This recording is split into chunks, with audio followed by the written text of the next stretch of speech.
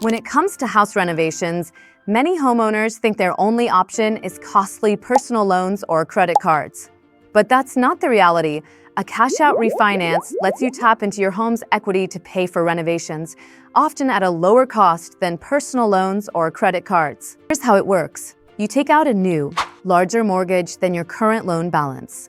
The difference is given to you in cash at closing, which you can use for your projects. When it comes to financing options, you have choices. A cash-out refinance gives you a lump sum at a lower interest rate. A HELOC works like a revolving credit line secured by your home. Personal loans are quick but come with higher rates. And renovation loans can bundle costs into one package. Before you decide on the project, keep in mind that not all renovations are created equal. Projects with the best return on investment include kitchen remodels, bathroom upgrades, new siding or garage doors, and adding outdoor living spaces. So, how do you get started? First, assess your finances and home value. Next, set a realistic project budget.